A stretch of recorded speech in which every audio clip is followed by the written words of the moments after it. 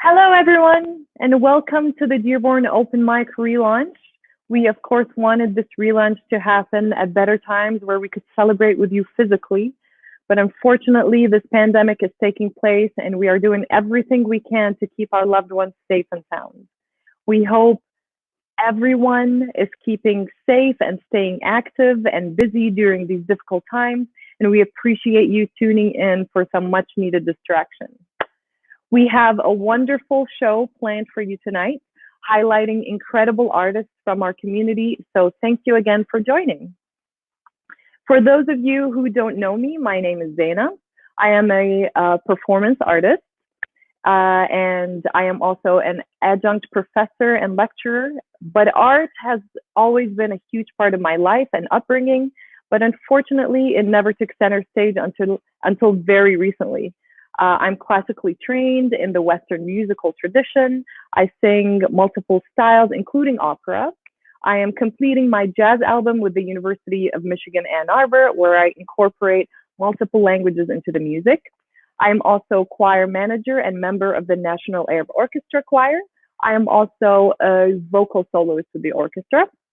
And I have collaborated with multiple artists from all walks of life, and you will find my backup vocals on tracks to be released and on some short films as well. I am also both a theater and film/TV actress.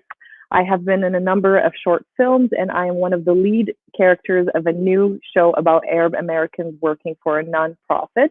The show is hilarious, and it is a winner of the Creators of Culture grant and a finalist in the very competitive Yes and Laughter Lab. So yay, very excited.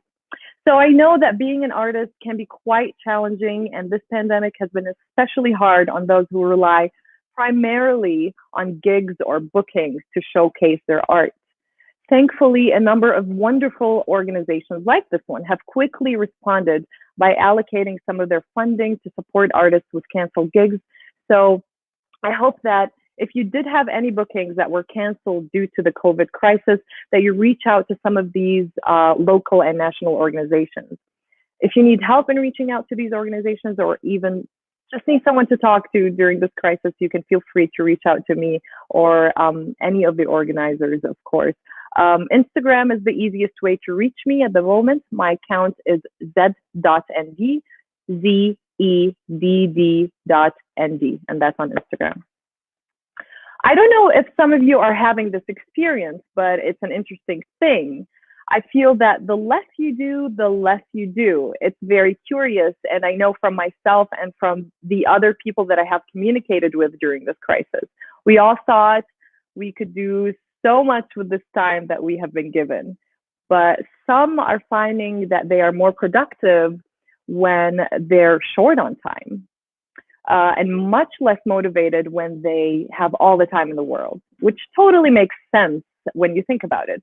I mean, the weight of the situation alone is enough to make you feel lethargic because there's an underlying global cause for our anxiety now.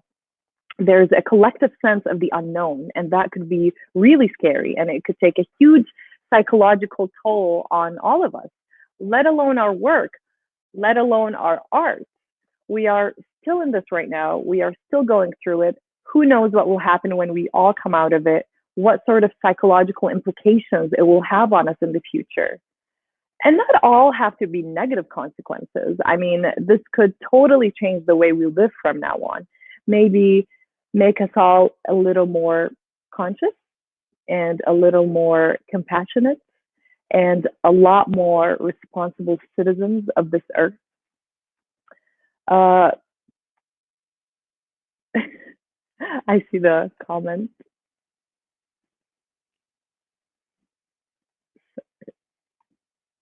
But it surely opened our eyes to the new way of communication, how we do our work, the idea of remote careers, and how meetings can take place, and how business can continue and thrive. It sure changed the way artists look at venues. We always looked at venues as a physical space, a place with ticket sales and seats to fill, and now the world is your stage. And your audience can watch you while they're eating their favorite chocolate from the comfort of their couch. That being said, we know human connection is still the most powerful of all.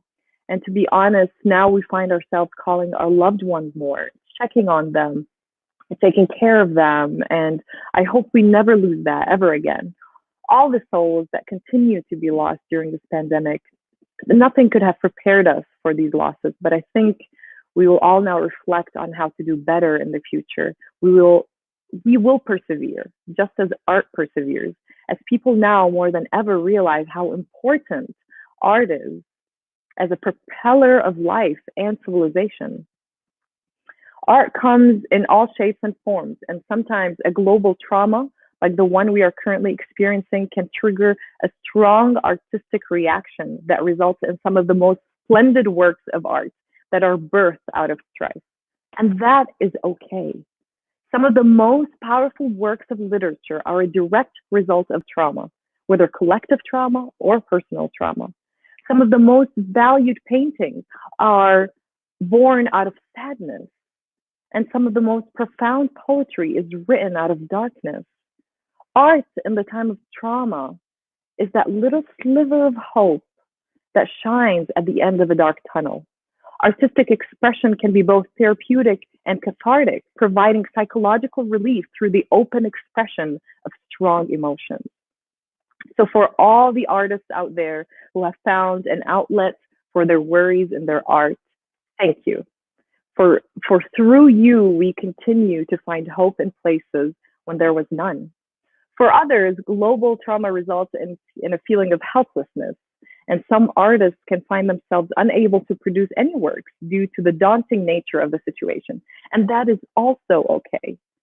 What is important that you use your outlet, whatever it may be, to keep you leveled and keep your mind and your mental and spiritual health strong enough to carry you and your loved ones through this. Being an artist myself, I find myself in the latter part of the group, actually, a little unable to express myself to others out of fear mostly.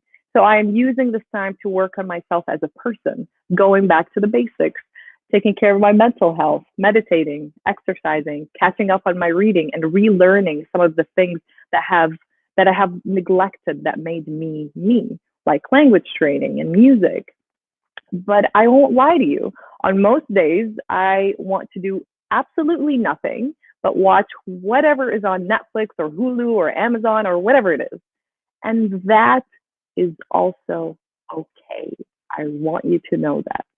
But thankfully, the wonderful artists that are participating in the show tonight have been so gracious as to continue to provide us with their inspiring works. So it gives me great pleasure to introduce our visual artist of the night, Nada Hassan. Nada is a Lebanese American artist based in Detroit, Michigan. She carries a bachelor's degree in fine arts, majoring in graphic design. After years of practice and experimenting with different media, Nada has developed a minimalist style in illustration that is simple yet meaningful.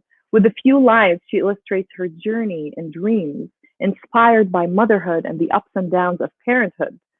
Nada pours her heart and emotions into her drawings to share the sweet moments and struggles of every parent. With the COVID-19 quarantine, Nada has been cooking, disinfecting, and drawing more. Inspired by the quarantine and the changes around the world in the past few months, a new character is born in her illustrations that she will share more about today. I'm so excited to see the new character for the big unveiling. You can follow Nada at nadahassan.com, NADAHASSAN.com, or Instagram at _ Nada Hassan, NADAHASSAN. Take it away. Hi, thank you, Zena, for the introduction. It's good to be back. It's good to have the Dearborn Open mic back, although that was not the plan. We did not expect this to happen and be quarantined at home for God knows how long. But it's good to be back, and it's good to have all these artists participate today. I'm so excited to hear everybody. So we are all in this together, and it is unexpected. It happened unexpectedly. We're trying to be as productive as we can. Some of us are laid off. Some of us are working from home. Some of us are stay-at-home moms or dads, and we're all trying to adapt in different ways.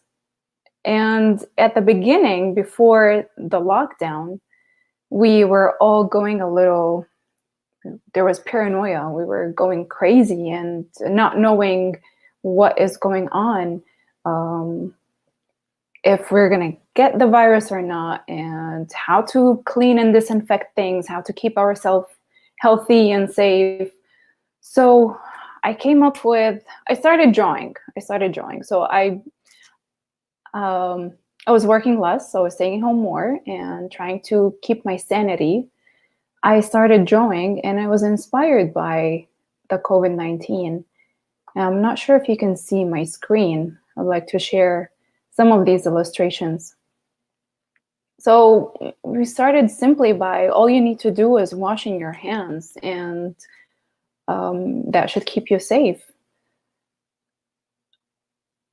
And then when most businesses started shutting off or closing down due to lack of business and for safety of the workers, I had this vision in my mind that when I sit home, I'm going to be reading and relaxing and listening to music and do all the things that I wanted to do and watch all the movies that I wanted and everything on my to-do list and enjoy my house. So that was the expectations, which you can see here. But the reality was, with sitting home comes more cooking and cleaning and taking care of a house, which turned out to be this. Maybe that is me. You could call that a self-portrait. That is not the character that I mentioned, by the way, that you mentioned in the introduction. This is just a little sketch that I did of the expectations and reality. So the reality ended up being me staying home means more work and more disinfecting and being more paranoid of, did I wash my hands properly? Did I clean all the groceries properly? Am I keeping everyone in the house safe? So there are a lot of these coming. I plan on drawing more of these expectations versus reality. I think they're just funny and reflect most of us. Most of us had expectations, and the reality that that we faced was different. And then this is the guy. This is Corona guy. This guy is, I mean, I guess this speaks for itself. He is going crazy. He's at home in this box, trying to stay safe and just lunatically spraying. I guess if you zoom in, you can see this would say coronavirus killer. Just spraying everything, disinfecting everything, staying on his phone, watching the news, watching the cases go up, the number of deaths going up. We're all trying to stay safe and healthy. So the best thing to do is stay home. Stay home, but we also could not help watching the news and staying updated. And it was when the coronavirus started in December in China, we were watching over in the news and we were just waiting for it to come to Michigan. So we were like not anticipated. We were just paranoid and waiting for it to come. We knew it was coming. So I guess this Corona guy reflects everybody's experience at first when we knew that it's coming, when we knew how bad it is, and just going crazy, the paranoia. I guess it's reflected in these scribbly character. And Corona guy goes through a lot during the pandemic. Just watching the news all the time with the disinfectants next to him. I think most of us were in this phase at the beginning until we started to realize that we can use our time better than that. And here's another expectations versus reality of Corona guy. On the right side, you can on the left side, you can see the expectations of him staying home, working out every day, which, most of us planned on doing, including me. But that never happened. You can see on the right side, the reality of sitting home, eating all the food because you have the time to cook and eat and gain a few little pounds.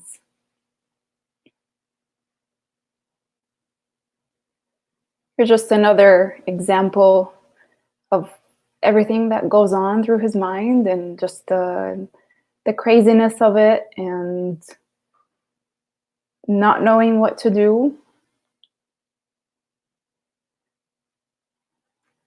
This one, it's not about the Corona guy, which there's more coming. I haven't published them, but there's more coming. This is when they first closed the parks. Where I live, there's a park across the street. And I was sitting in the morning having my coffee, and I saw the City of Dearborn truck stop, and two guys went down and wrapped the park with a caution yellow tape. And it felt unreal. It felt that life is really stopping. I know it's been really hard and bad for people who have been suffering from actually getting sick from the virus and people dying, and it's very unfortunate. But we're trying to be persistent and move on with our lives and do the best that we can while staying home. But just seeing the park being closed, it was a little surreal knowing that the kids will not enjoy the summer this year, that a lot will not happen this year. Graduations won't happen, weddings won't happen, funerals won't happen. Life has literally been on hold for who knows how long. So it felt ghostly, and I think that's what I tried to reflect in this drawing. So this is what I have today for COVID-19. I just like to mention that I do draw other things. I used to draw other things. I'm really inspired by the 50s fashion, which I love. I absolutely love. And you can follow me on nadahassan.com to see more of my drawings and more of the Corona guy illustrations coming up. So I hope everybody stays home and be safe. And what I can say is create whatever you've been putting on hold to do your whole life. Now is the time, now that we're staying home. Now is the time to do it, whether you wanted to write that book or read that book or draw or paint or sing or dance. Now is the time. Now we're staying home. We have the time to do it all. And it's time to be productive. Do everything that we can to make good use of this time. And it's funny, I saw the other day an article about how Isaac Newton discovered, or during a pandemic, during his time, he discovered the gravity. That's when he was doing his studies and all that. He was sitting home and making use of it. Now is the time to do everything that you wanted to do. But I hope everyone is staying safe and healthy and enjoying this show. Thank you. Thank you, Nada, so much. And I have to say, I identify a lot with Corona guy. Right. I mean, like you said at the beginning, he had all these goals and whatever, and then it's like, no. Like, yeah, I'm gonna work out every day, but then of course you put on the first 5 pounds, and then the next 5 pounds, and then you're like, that's when you discover that you can cook and bake better than your mom, maybe, and start eating more, actually. Yeah, exactly. We're all going to come out of this, if anything, if nothing else, we're all going to come out of this brilliant chefs, because I have never cooked so much in my entire life. Yeah, so did I. I'm actually enjoying it. Yeah, but I must say, Nada, I love how much with like such minimalist approach you say so much. It's really such a wonderful gift and ability that outlines this rare type of like visual art expressionism. I'm a huge fan of your work, so thank you so much for sharing it with us tonight. Can you tell us a little bit more about the style, how you came upon it, and why you chose this really minimalist approach? I mean, I've been drawing since I was a little kid. I've always remember going out and having a pencil and a paper with me. And I've always been drawing and coloring. And I started graphic design, but what I wanted to do is study illustration. But I thought I'd have a better chance of having a better career if I did something that I can actually find a job at. So the closest thing was graphic design. But still, I do work as a graphic designer.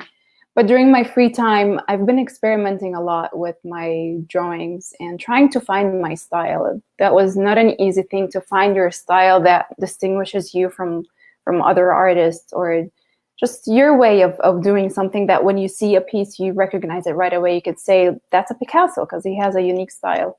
I'm not comparing myself to him, of course, but I've just... But you do have a very unique style. Like, it's not every day that we see that style.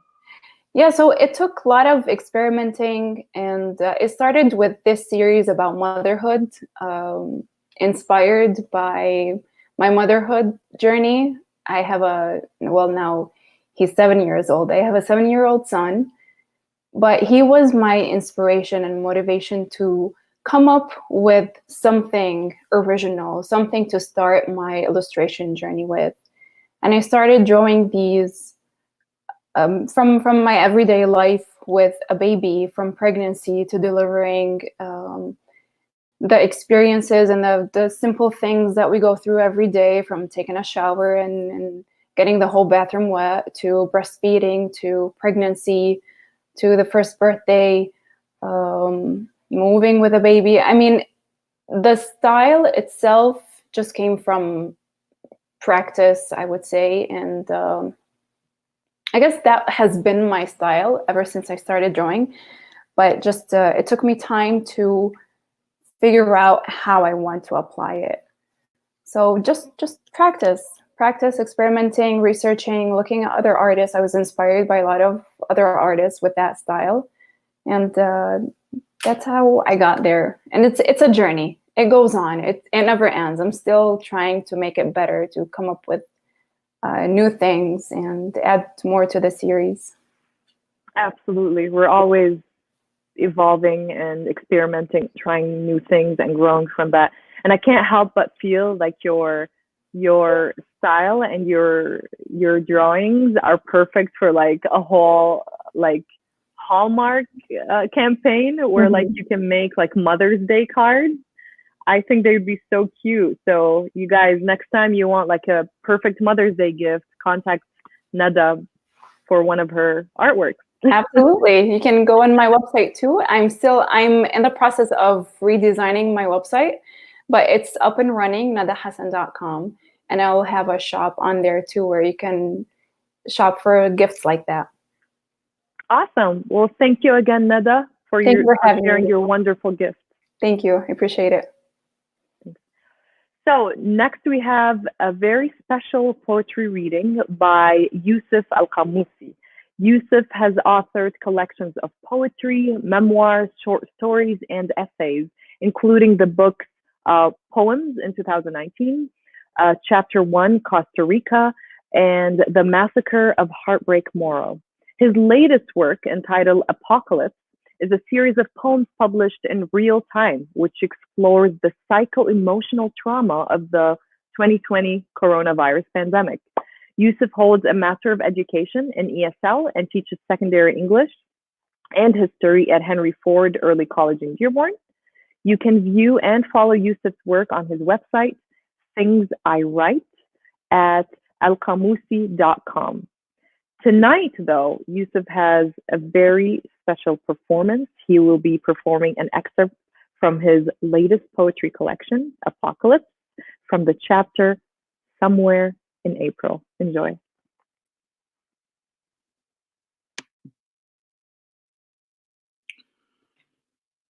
They say there was a life before these days, a world beyond the prisms of our porch, a time before green sickness perched above our doors, before the pasty smog of death would hourly muzzle against our window panes. They say these streets these hollowed, marrowed slabs with cinder night and day, with fumes that choke and cough, combusting. Faces twined, inflamed, and sinister would rattle at the wheel and stew about to end important things. They say these towns and storefronts once had doors that opened, beckoned, beamed with sweet salute, and food and drink was brought before the guests and passed around and offered, shared and thanked. And greeters traded joy by mouth and hand, and shoulders brushed, and hips and lips and cheeks, and bad boys buzzed about the budding girls, and old men laughed, and bitterness was sweet. And in the night, as storefronts closed their doors, and mobs and misfits all came out to play, to hurl their smites and strokes upon their day, as sorcerers and wizards of the sound would cast electric fire from the mound, while horns and strings and buttons shook the ground, and from the dais stirred their holy ghosts, and summoned love and peace and jungle tides. I've heard it said that back in the marsh of time, the children swung from colored metal bars and gathered on the grass beneath the sky to kick and shout and ride and swing and sigh. Those children, now in exile from their homes of desks and chairs and books and candid words, must press their hearts and minds against a screen.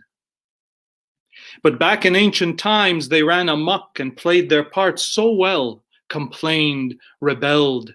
And we, Kauravas, masters, enemies in mask and garb, commenced to stave their taunts with dates and deadlines, essays, quizzes, tests.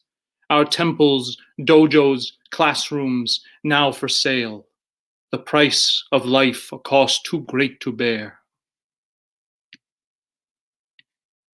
Today, a tang is brimming from the pipes, anemic veins like winding vines serpentine about the chest and heel, the tentacles of the murk of dusk silhouetted in an evening flush. Stay home, but how, when home is work and school, the park, the bench, the beach, the guest, the shop, the club, the gym, the diner, the lounge, the books, the passenger seat, the one-night cheap hotel. Home, my pet, is your mouth, your skin, your grip, your drip, your nip, your clap. Home is the tug of loathsome lovers. Home the thrash of a worthy foe, the flappy shake of Amwa's hand. Home is hope at the base of a can of paint. And rising, reeling, reeking from the marsh, the stench of rot, the wailing walls and lots, a funereal muff, a thrashing strangulation, the seams of houses taut, distended, the buckling bricks, the corners creaking joints, the crackling floorboards, the splintering glass, hissing chimneys, the gullet prepared to spout. Houses, the bigger, the emptier. Lawns, the larger, the farther away from dawn. Walk like mad, walk like hell, walk the streets, the miles, the blocks, walk away despair and fear and hate. Stop not that ye be not stopped. The night is much too long. Let there be light. Let there be dawn. Let there be room and air and sex and smut. Give me a chug. How much more life can I suck from the end of this crinkled straw?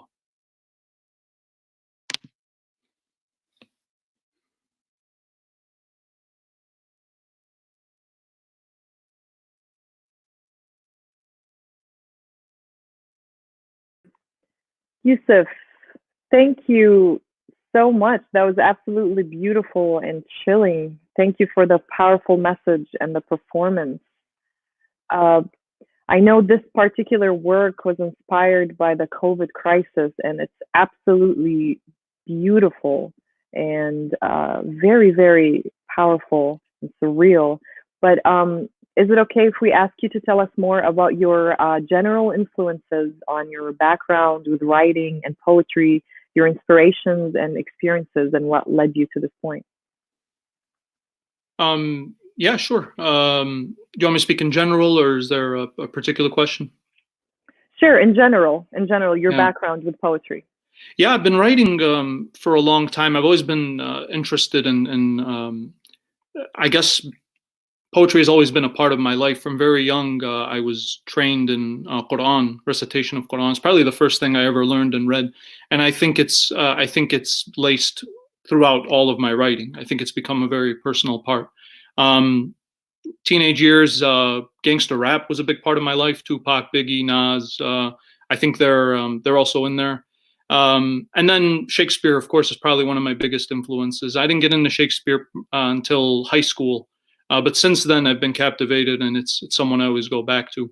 Music also plays a big role. I mentioned gangster rap, but also jazz and some rock, in particular the Doors, the American rock band. And after that, pretty much I think everything we read and everything we experience and listen to and in general experience translates into all of our art. So everything else in between, I guess, is in there somewhere. Yeah, that makes sense. I feel like every time you read a book or read a poem or even listen to a song, you pick up something and it becomes a part of you. It molds the future you. And Yeah. it's a wonderful experience. So I know we have been sharing on the broadcast where people could find us or find your art. But where do you showcase? Can you share with everyone where to find more of your work? I know you have a few works published. Can you share a little bit more about that and how we can find you and continue to see your performances? Sure, yeah.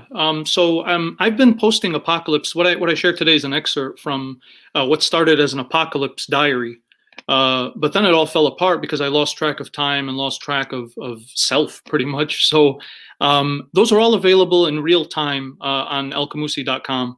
If you go there, they all also have audio. So there's the audio and then the reading. And if you go on there, you click under prose and you'll see me there. I also have been keeping an audiobook of the entire Apocalypse Diary, also shared in real time, and that's on YouTube.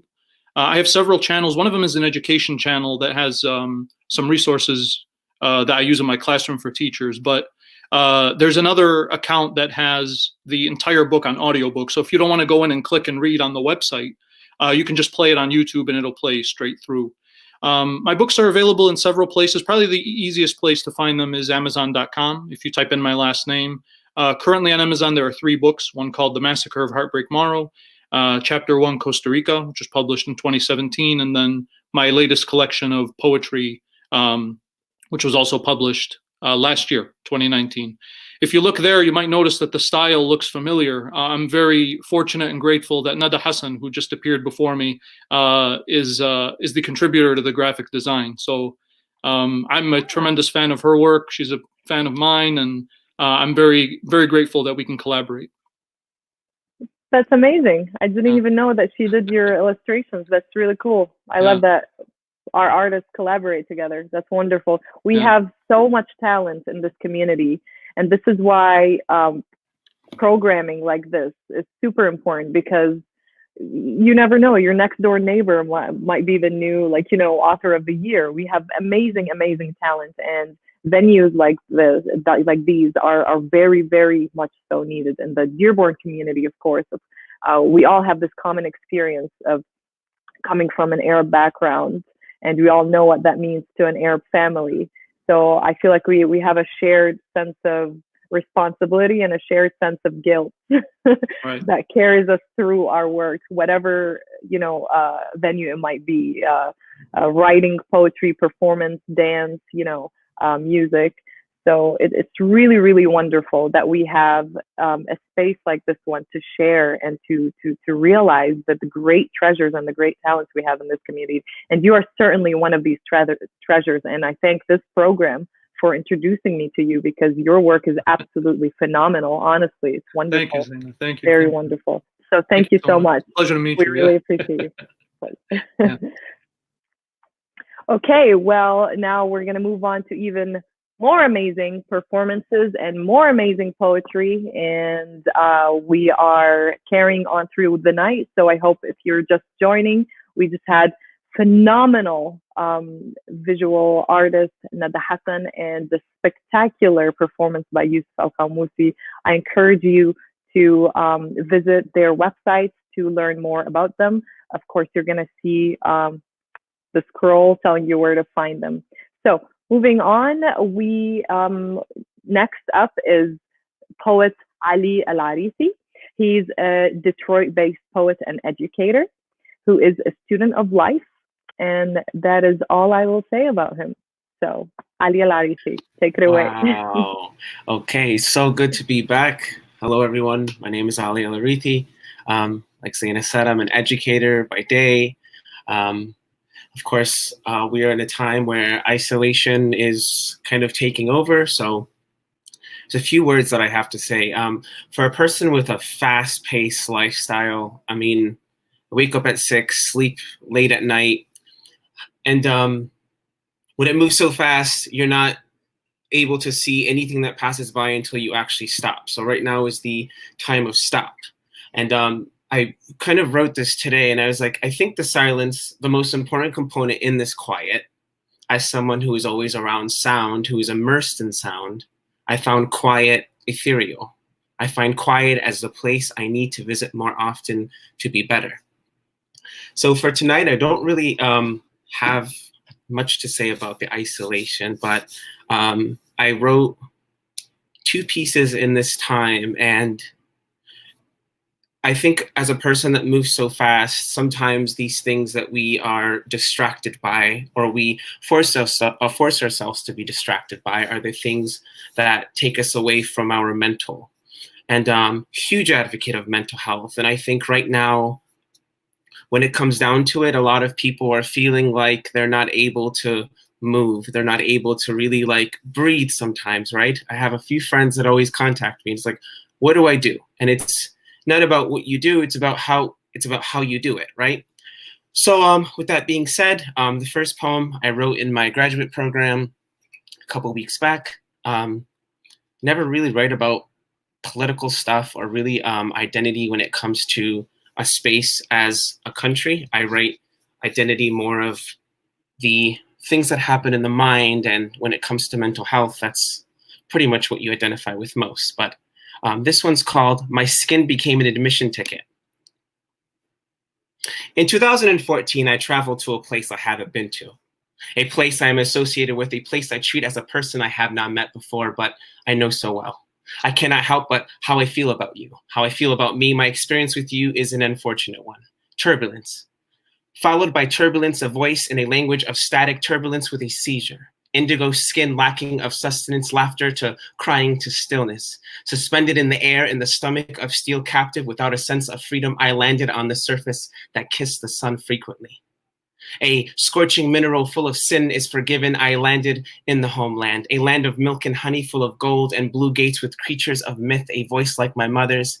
Ya ibni, lish ma tadhak. Ya ibni, adluj min ashufak, my darling son. A voice my mother's conflicted. I hate myself for making her feel that way. I hate having her question why I'm in a place I am in. I lived surrounded by heat and sweat, by sweat and cat corpses on the ground, besides sustenance. My body deprived of love, of a commitment to well-being. My skin finally turns a shade of olive oil and sand. My bones protrude lifeless. I look the way I was always meant to look like.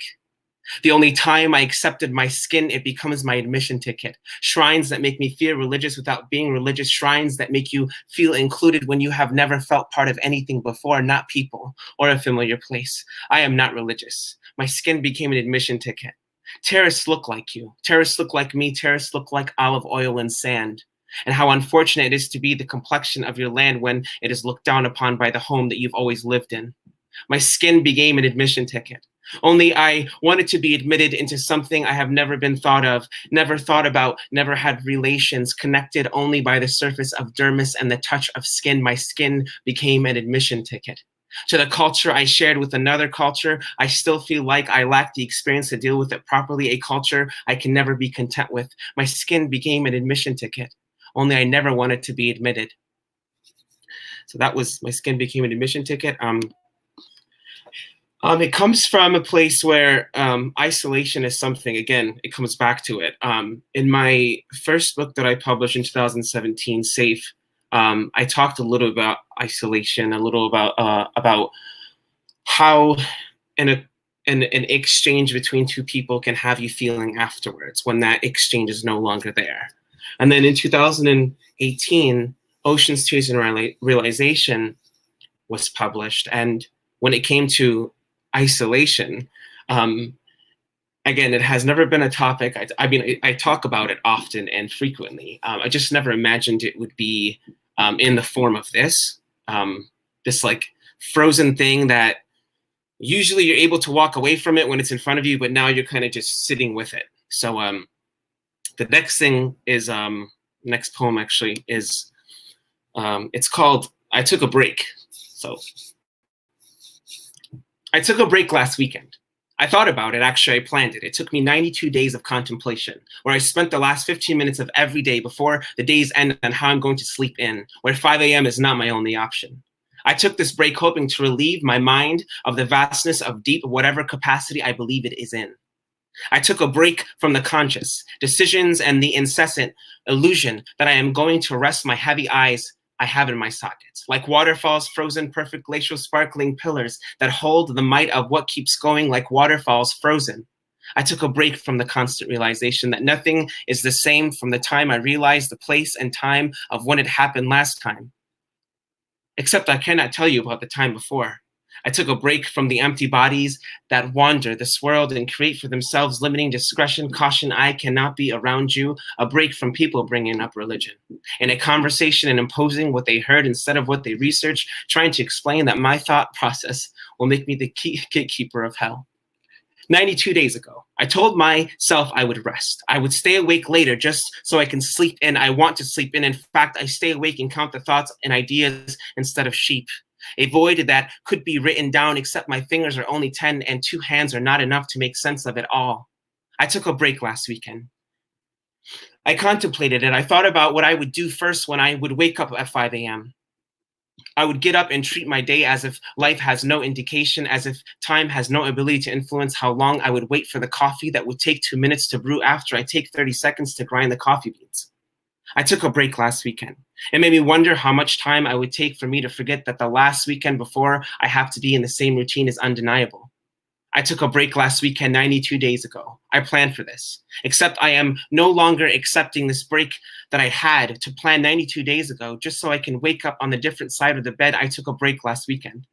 I thought about it, and it took that weekend to make me feel your lack of presence and how no matter how much time I could resist, I'm afraid of the silence that haunts my progress. So that was a big break. So I think the last thing I want to say before I kind of get out of there, right? Get out of here, is that I've been teaching for it's almost 3 years now, and I think being away from students and being away from not just my students in the school setting, but being away from my students in the prison.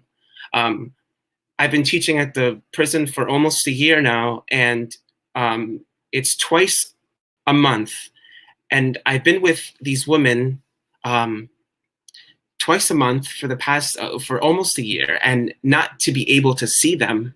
And this was the only outlet that they had. These 2 Sundays in the month are the outlets that they had in order for them to kind of express, to let go, to let loose, and to kind of put it out there. And in this isolation, you can't help but to think about all the people that you surround yourself with. And right now, in my mind, I think about my family, absolutely. I think about my friends, absolutely. I think about anybody I came in contact with, absolutely. But my mind goes to the people that used certain outlets to get things out there that are not able to do that. So again, it comes back to isolation, it comes back to silence, and I hope that somehow, somewhere, let it out. Let it out in any way, in any form that you can, and expect it and accept it. And that's all I got. Thank you very much. Thank you so much, Ali. Seriously, I must say your energy is always so wonderful, and your spirit is always so generous, and you're always so forthcoming, with it all. I love your work and how personal it always is, and how your main themes are always involved with mental health, which is an extremely important issue. Again, one of those issues that aren't really discussed in our culture, that needs to be destigmatized and talked about more often. So thank you for having the Absolutely. courage to Thank you. express that. How does one gain that courage to take a vulnerable piece of themselves and share such intimacy with the world, Ali? Like, how do you get to a place that allows you to do that?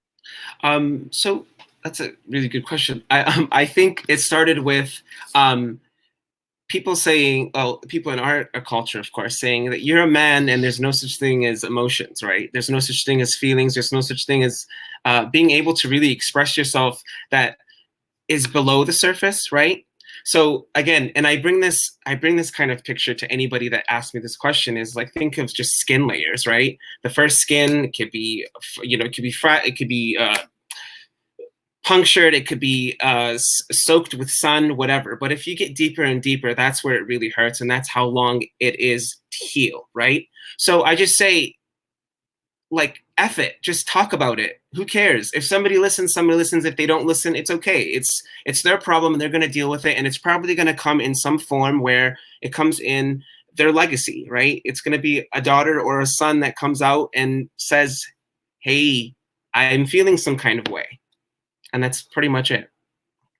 Right. You're right. You at the end of the day, you have to be comfortable living in the uncomfortable space.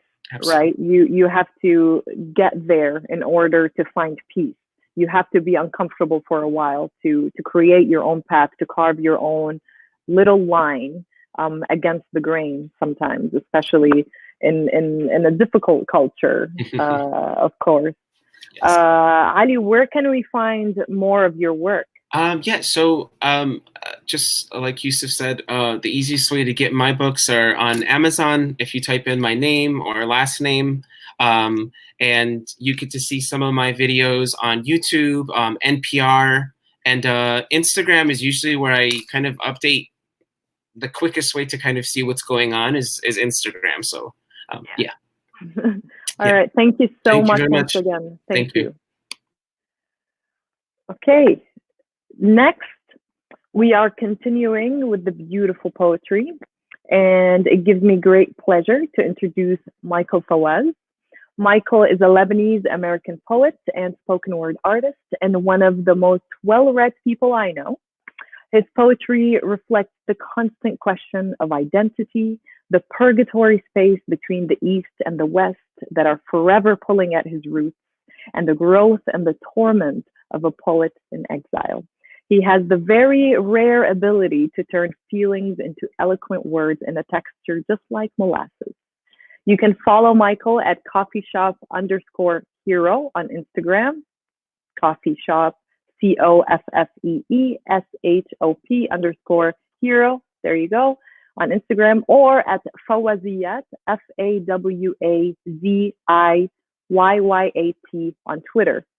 So here is Michael with Qasidas in Quarantine.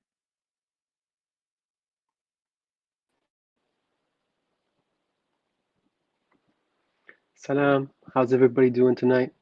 I hope everybody's well and safe.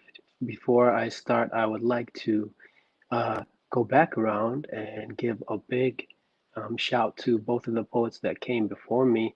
Yusuf, that was my first experience hearing your work, and I'm going to say the labyrinths that you took me to in your very descriptive prose, which felt to me as prose, out of this world fantastic. And Ali, for you, the anaphora, the repetition that you use to frame those poems, that I find is something that's consistent in your work, is enviable.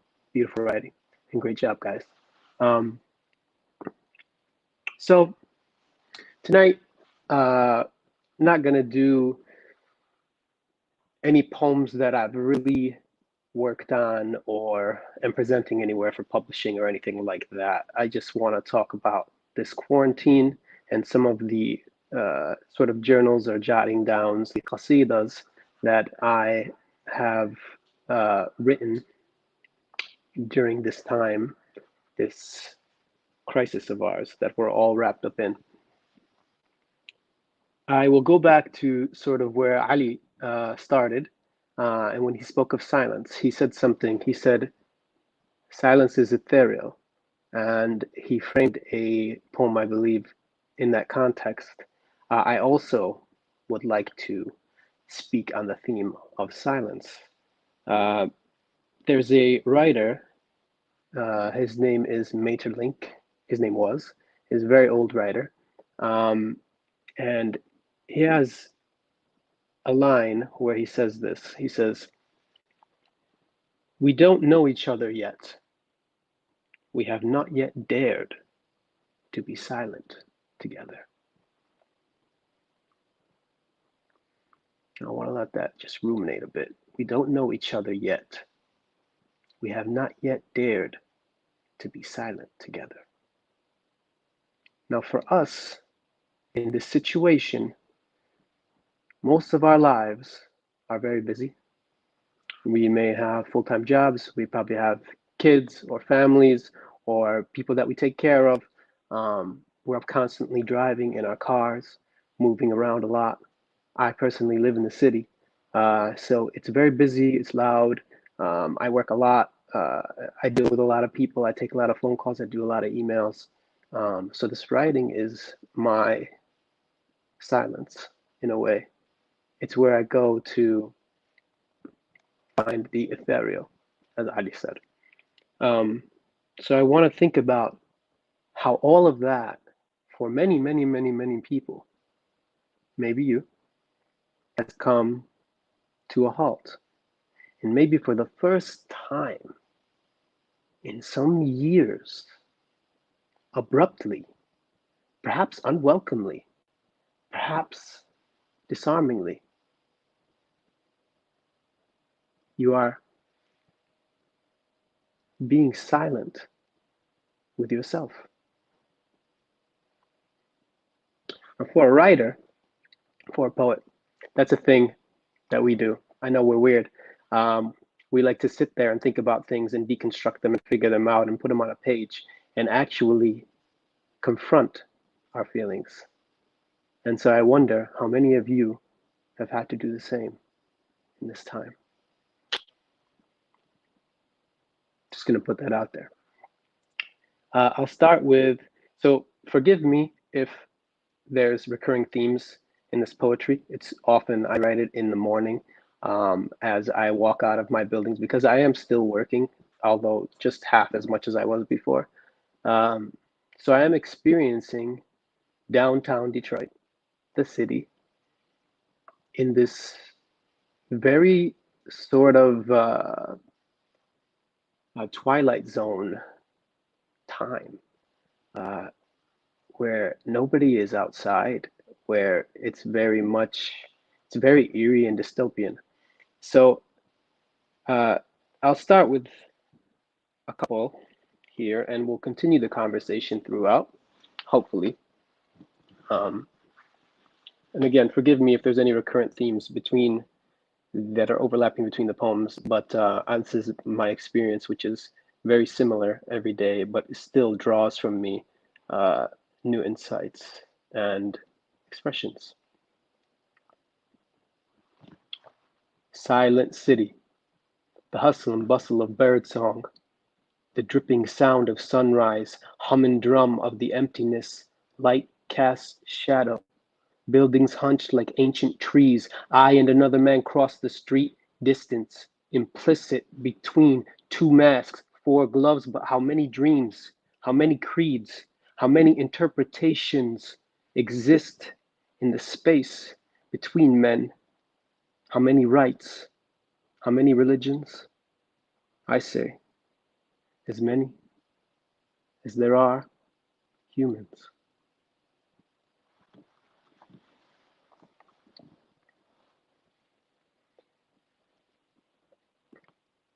So I'll move on to another one.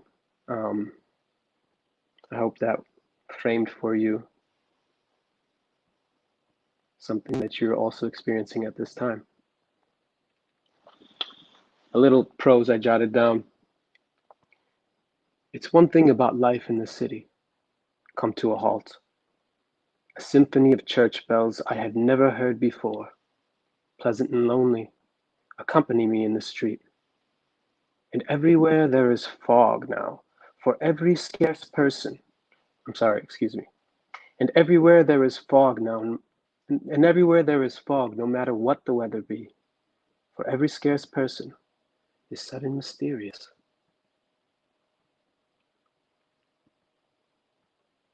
It's sort of this distance that we are creating between ourselves, this space which we have been told we need, this social distancing, this 6 feet. I'm sure you guys have all been to the grocery stores. It's crazy. You got those like stickers on the ground keeping you away from each other, social distancing. There's signs, and everybody's wearing masks. It's quite a time to be alive, especially if you're right. Another one. Sunrise crowns the buildings. Blue sky empty as all these streets, the chattering of birds, the marble men in their silence. A sleeping city couldn't dream this, yet all mankind was never awake. Humans now like bees, stuck inside our honey pods, hexagons, tormented by life still in the window, a trumpeting of spring.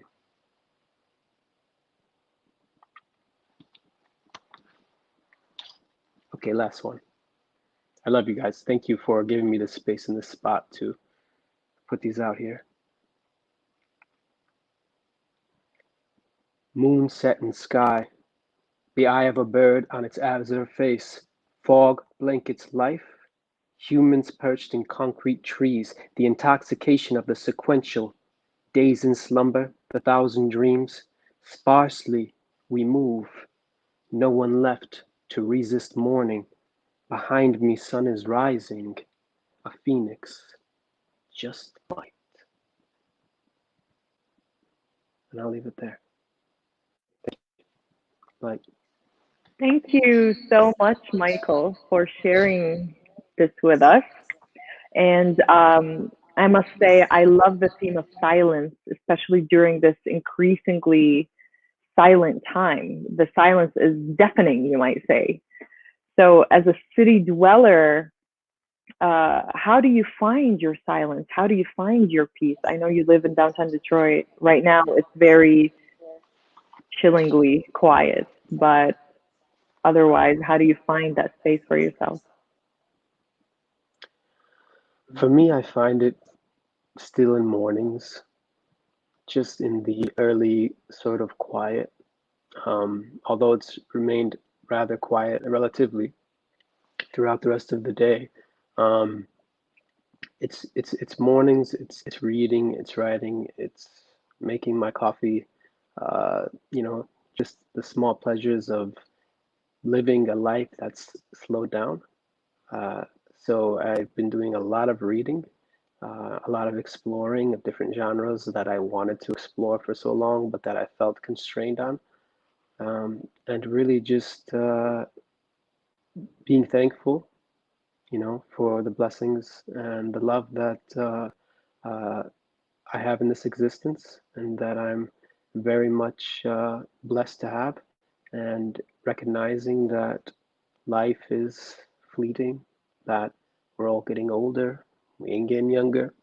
Every day we live is a step closer to the door of death. So um, now with this whole coronavirus, it's closer and closer and closer, and it's much more relative. And I think this slowdown, hopefully, will be um,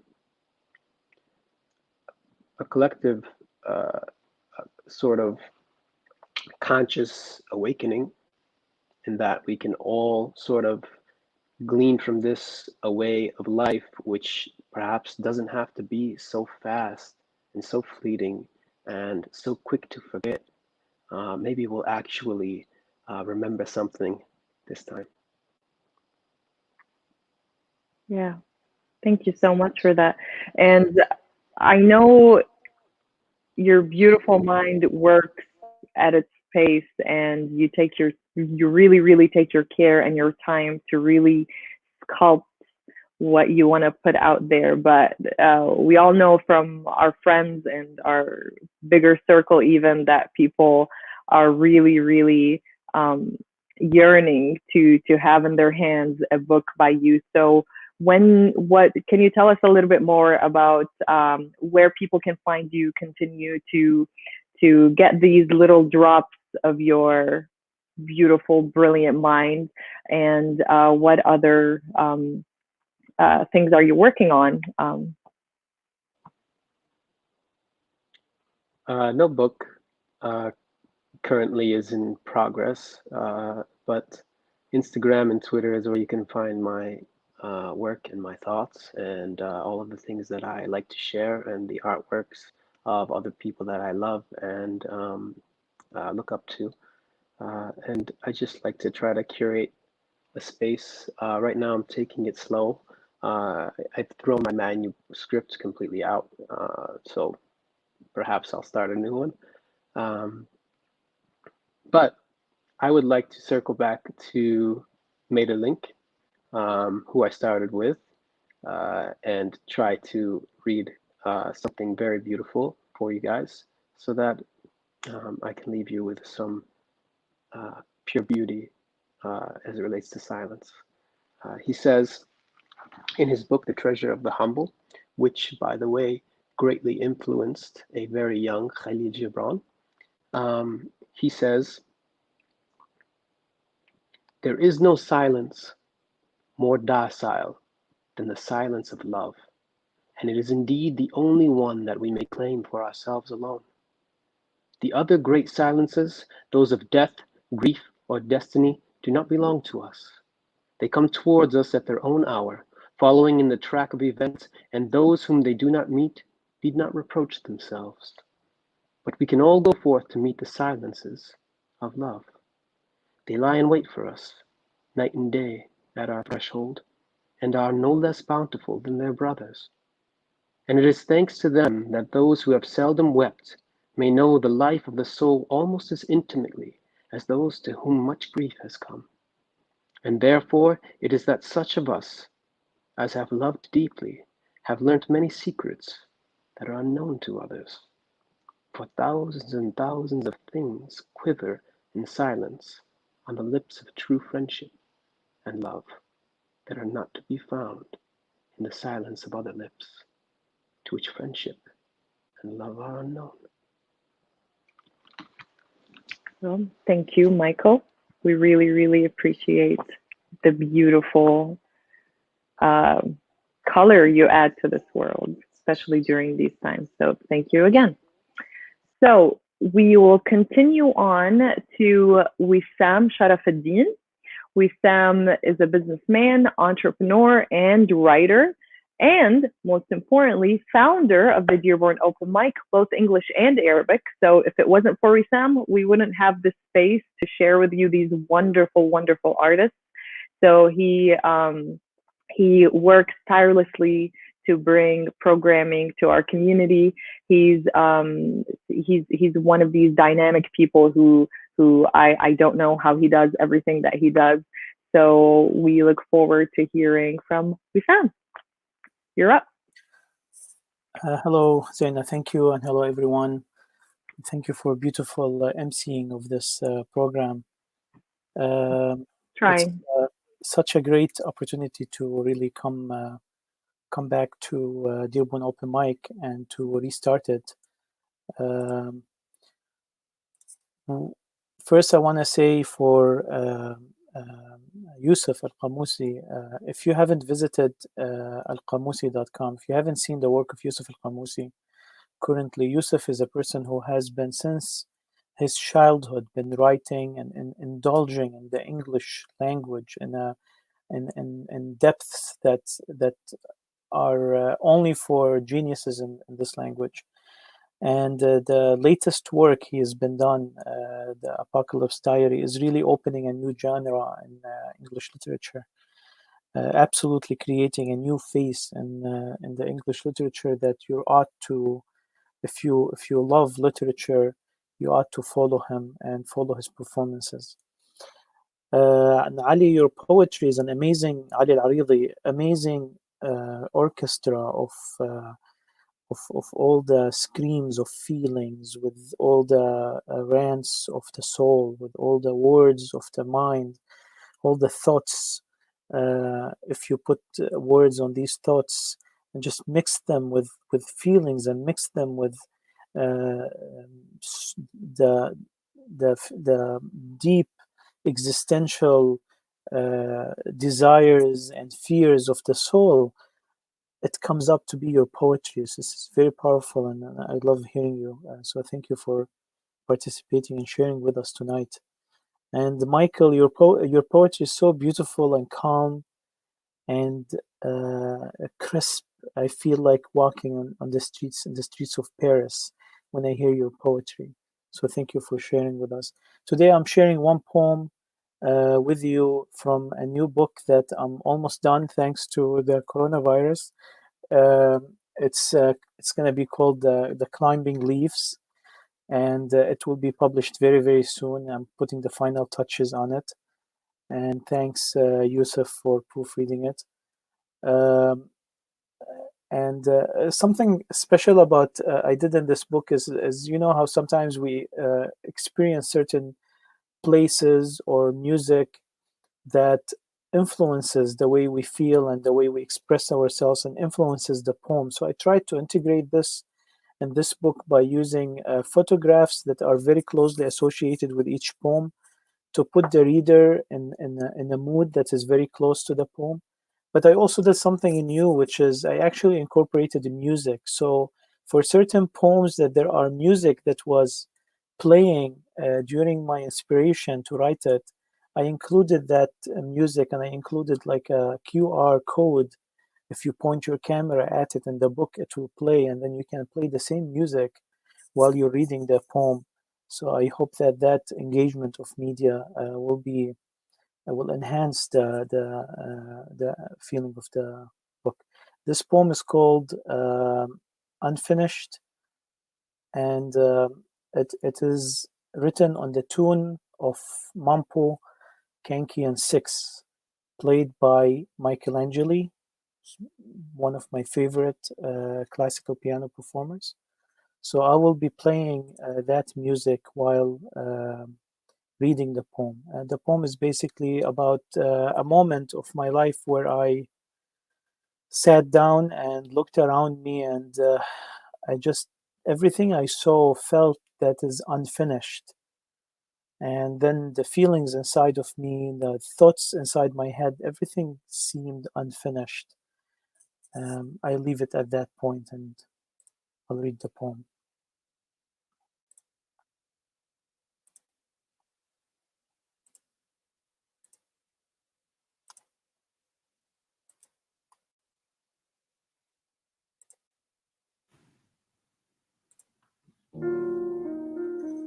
Unfinished sketches fill my pages.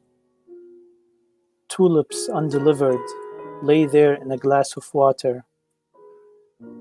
The celebration prepared by Riemann Bob wasn't attended.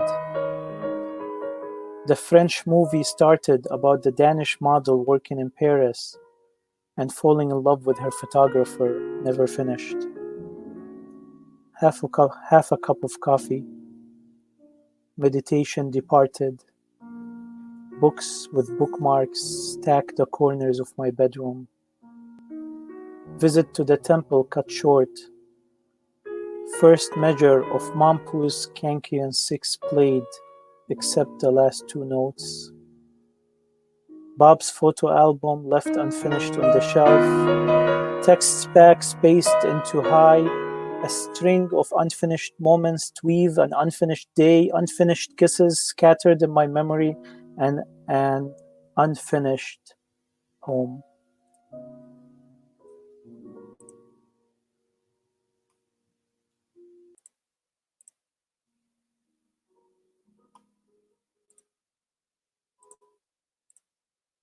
Thank you. Thank you so much, Wissam. That was beautiful.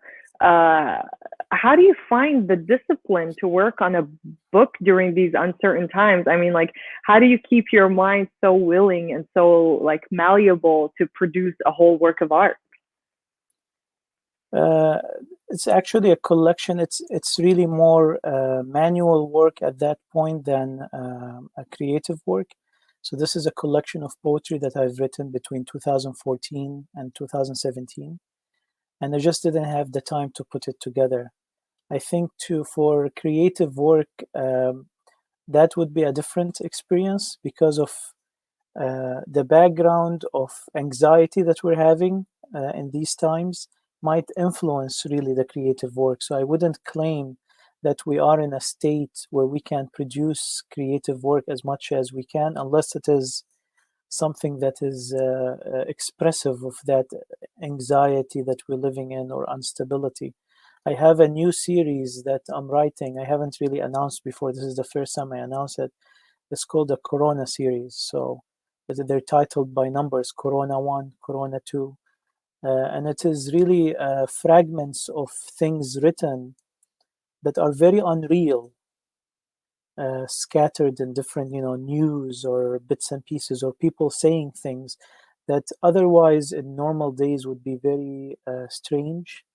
And for me, I find that dynamic very poetic. So I collect them and I'm making them into short poems. I like that idea. It's interesting. Yeah, because out of context, it'll seem crazy. Everything we're doing right now to the rest of our timeline is entirely unthinkable. But I actually really like that it's so interesting how you incorporated music into your poetry. It almost makes the reader recreate the same environment that the author was in. And we so rarely get that little glimpse into the artist's state of mind while reading them. So that's very interesting. Was that basically the main idea behind it, to put you in a state of mind that you yourself was in when you wrote that poem? Because every time I open a book, even especially with poetry, and I'm reading an artist, I find myself wondering, like, is that how the writer intended it to be read? It's so hard to portray the same emotion and the same parallels that the author really wanted you to get. So adding music gets us a little closer to that. Right. I mean, poetry is really freezing a moment of emotions just as much as photography is freezing a moment of picture or frame. Poetry is freezing of a moment of emotions. And if music was involved at that point, then music cannot be expressed by words. And I found it to be perhaps an experimental idea to include it in the book. Very wonderful idea. So where can everyone find your work? I know you mentioned a little bit, but just for everyone who just tuned in. Right. So my first collection was published under the title The Opposite Swings. It's on Amazon. And then this next one is called Climbing Leaves, and it will be on Amazon also. My website is below there, wissamc.com, and it has the links to these books. Thank you, Zaina. Awesome. And when can we expect the Corona Diaries? I don't know.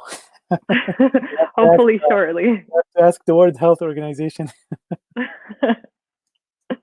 Hopefully shortly. Well, thank you again, Wissam, and thank you for providing us with this venue to showcase incredible artists like yourself as well, because we both know there's a huge shortage of spaces and places like these in our community. So we are very thankful that you are one of the pioneers that actually provided this for us. So thank you again. And now, speaking of music, it's a perfect segue from Wissam to Isra Darwish. Isra is a local musician and a freshman at Wayne State University. She puts her heart in the songs she sings, and music has become the most important part of her life. She writes and composes and has been a symbol of expression and positivity. And she has a very special treat for us today in the form of 2 new songs. So world premiere. Take it away, Isra. Yeah, thank you guys for having me. This is gonna be fun. Okay, so the first song that I'm gonna sing, I'm just gonna do like a little bit of each one because they're both still unfinished. So the first one, it's a song called Quarantine Blues. I think it's something that we can all relate to at times like this when we are literally stuck at home quarantining. Brings you back to like the jail time blues. Like I literally bought a harmonica. Anyways, Quarantine Blues. I hope you guys like it. When the days start to blend together and there's nothing you can do about the rainy weather, do you promise that you'll still try to get it out of bed even if you don't know why? See, I've got these quarantine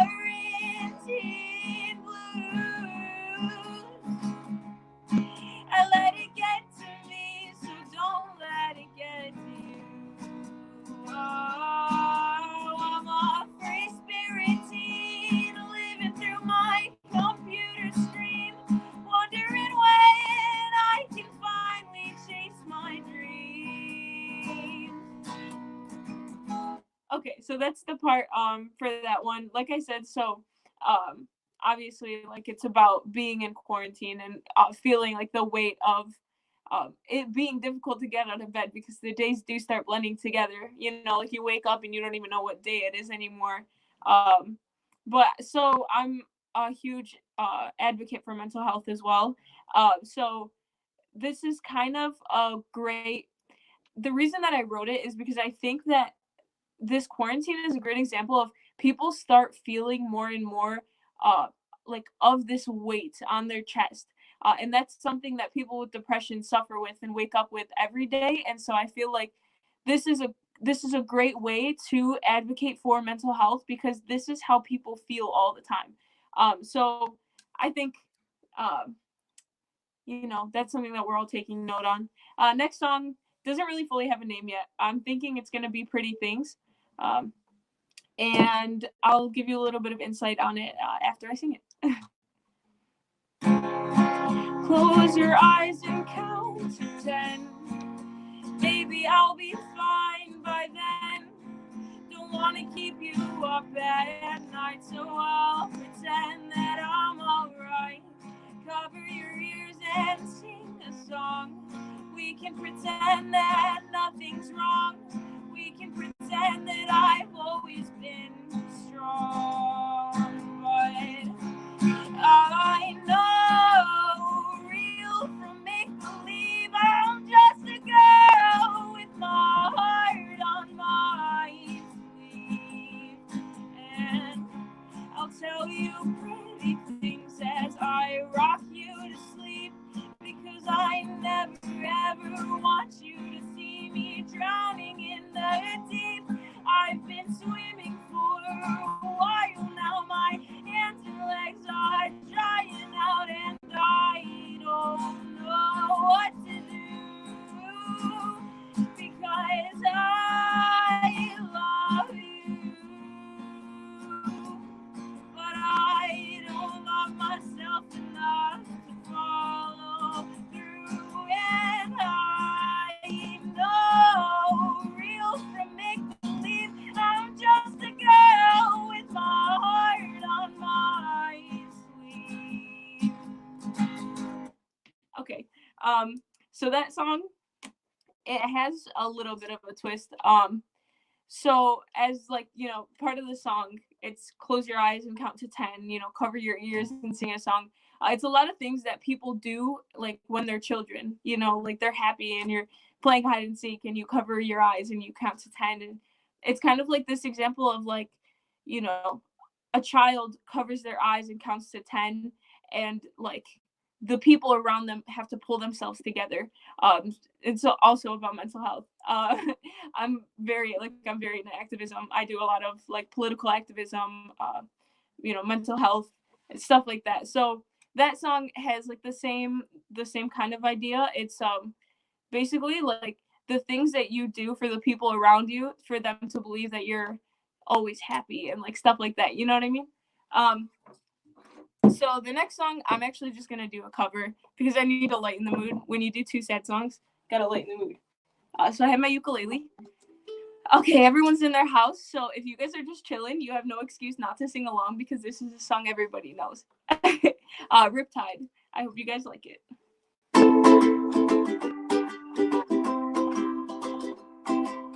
I was scared of dentists in the dark. I was scared of pretty girls and starting conversations. Oh, all my friends are turning green. You're the magician's assistant in their dreams. Oh,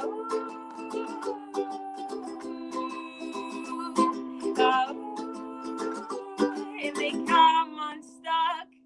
Lady, run on down to the riptide, take it away to the dark side. I wanna be your left-hand man, and I love you when you're singing that song. And I got a lump in my throat, 'cause you're gonna sing the words wrong. There's this movie that I think you like. This guy decides to quit his job and heads to New York City. This cowboy running from himself. Well, she's been living on the highest shelf. Oh,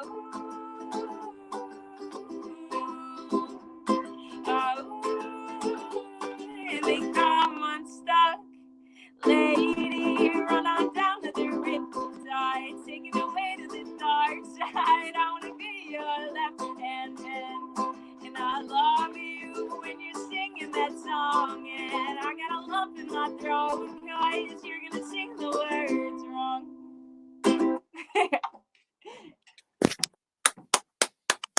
Thank you. Yay! You clapped for you guys. Are you kidding? Your poetry was amazing. Thank you. Was that the last song to start? Yeah. Okay. That's Well, perfect.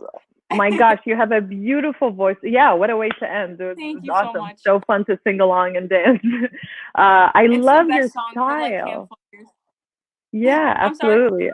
I said I love your style. It's so different and Thank a you. breath of fresh air. I love the quarantine blues. I mean, like, look at how this pandemic has inspired everyone to produce all these works of art, like right on Yeah. theme, right? Absolutely inspiring how humans find a way to just keep going. I mean, look at you composing and writing these wonderful songs. So tell us a bit about your background and how you came to making music, and are you studying it at Wayne State? So tell us a little bit about your story. So I'm a freshman at Wayne State University. I'm actually a public relations and creative writing major. So creative writing obviously helps me with music. I'm actually a poet. That's kind of when I started writing my lyrics. Was I started a poetry club in my high school. Like I was just super into it. And so it kind of like drove me to a point where I'm like, okay, I need to do something in creative writing. Like I need to find a way. So basically, like I said about the mental health advocacy, from a young age, I'm very open about talking about it.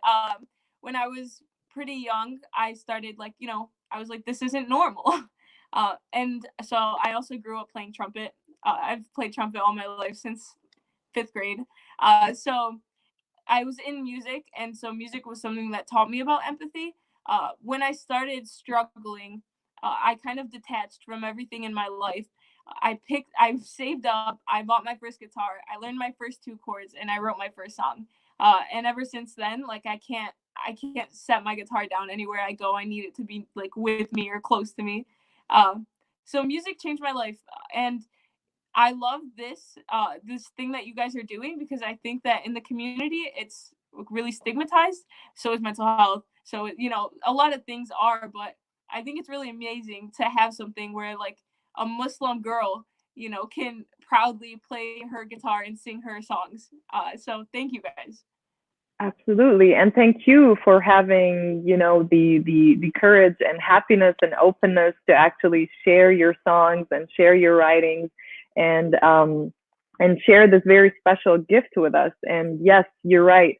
I mean, if we all have one thing in common, everything that we do here is basically in our culture specifically, it's all a little bit difficult, a little bit stigmatized, like you said, whether it be following your passion in art, whether it be singing or acting or writing poetry or even visual arts and of course mental health.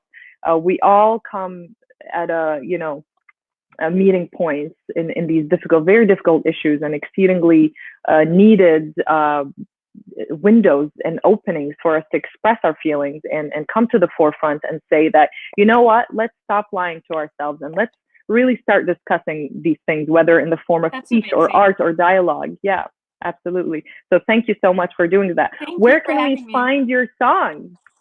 So I have music on all platforms. So Spotify, Apple Music, everything. If you search my first name, it'll come up. And then Instagram, I post almost every day. I post singing a cover or part of an original song, stuff like that. So Instagram is like the go-to for keeping up with the life of Isra. That's awesome. And you're a multi-instrumentalist. How many instruments do you play? So like I said, I grew up playing trumpet. And then because of like the music theory that I learned through playing that, I got like super involved. I was a drum major and stuff at my high school. So I picked up guitar, picked up keyboard. I have my ukulele. So 1, 2, 3, 4, and I just bought a harmonica. So you can't consider that yet, but maybe one day. But that's awesome. Thank you so much for sharing with us tonight, and thank you for performing. And we would love to have you again, of course, anytime. Artists like you is why these venues were created in the first place. So thank you so much. Thank you. All right, you have a good night. Thanks. Okay, we're going to carry on with our open mic portion. And one of our participants is Bayan Funas. She is an educator and poet in Detroit as well.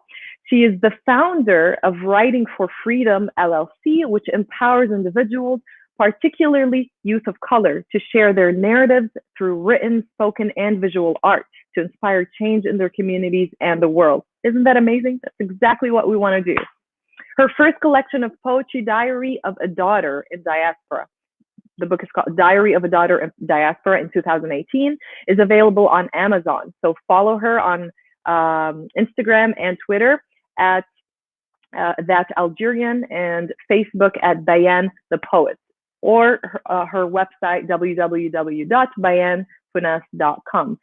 So without further ado, Bayan. Okay, I'm not Bayan, but